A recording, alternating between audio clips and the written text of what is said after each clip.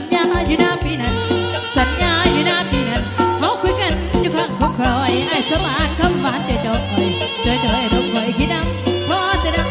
หน้าในแอวรถทงแนวพายไก่ทางบอกว่าไปดังนับจ้างเสร็จแล้วสิโอ้ยคืนน้องมายืนสมโซเกี่ยวขอดอร้อยกังทงเกี่ยวขอโค้งไอ้ก็ยังบ่โค้งลงจุยอยู่มองหน้าคิดไปหอนคำคนลืมคมเขี้ยวบาดมือเจ็บจนมีน้ำตาเขาบอกว่าอยู่ในเมืองหลวงเลืองลาลอยหน้าลอยตาควงสาวเที่ยวบาดุไอ้คงลืมสิน้อสัญญาเข้าดอกินคนล้อซึ้ง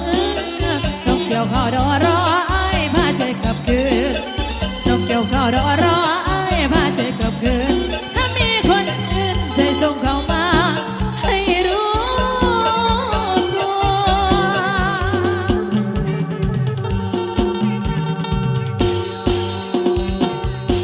อย่าตัวไอ้นางค่อยฟันจออย่าตัวไอ้นางค่อยฟันจอเกี่ยวขอรอไอ้ยังมีไอ้เกี่ยวไปได้เที่ยวมาดังจริง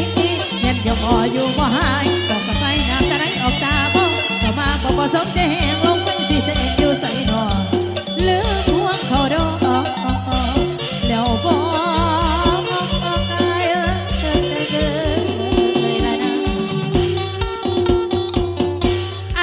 เกี่ยวกันเด้อเฮ้ยที่ไอ้ยาวไปจานักดนตรียาวไปไอ้คงเลืองสิโนสัญญาเข้าดอกทิ้งคนรอซึ้งนกเกี่ยวเข้าดอรอไอ้พาใจกลับคืนนกเกี่ยวเข้าดอรอไอ้พาใจกลับคืนถ้ามีคนอื่นช่วยส่งเข้ามาให้รู้ตัวอย่าตัวไอ้นางค่อยฟันต่ออย่าตัวไอ้นางค่อยฟันต่อเกี่ยวขอรอยังมีไอ้เที่ยวไปเที่ยวมาดังจริงยันย่ออยู่ว่าหายต้องกลับไปน้ำตาไหลออกตาเบ้ากลับมาบอกว่าสนใจแห้งลงไปสีแสงอยู่ใส่หนอลืมห่วงเขาดอกเลี้ยวบ่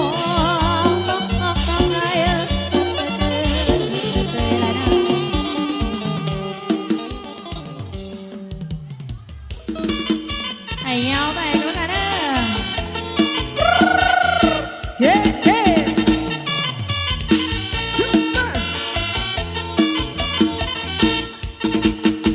พอทราบอายุควันตาน้องเอ๋ยพี่มานั่งคำตาปริบน้องอายุ30ทำไมยังสวยอยากเก่งอยากตึงตังน้องเอ๋ยขาวจากขาวดังอมวยยิ้มก็หวานเสียด้วยปากป่วยยังมองตาแป้ว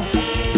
คใครจะเชื่อว่าแม่คนเหลืออายุมากแล้ว30ยังเจ้านะเจ้าซะจนหน้าจีบโอ้แม่บักพร้าวเนื้อตลาดน้องเอ๋ยมามันเอามาตอน50ส่งแม่กัน250ดูสิยังสู้ขอเสียงวัยรุ่น50นะเฮ้เฮ้บนทางหลังป่าสาว15บนทางหน้าจะหัว50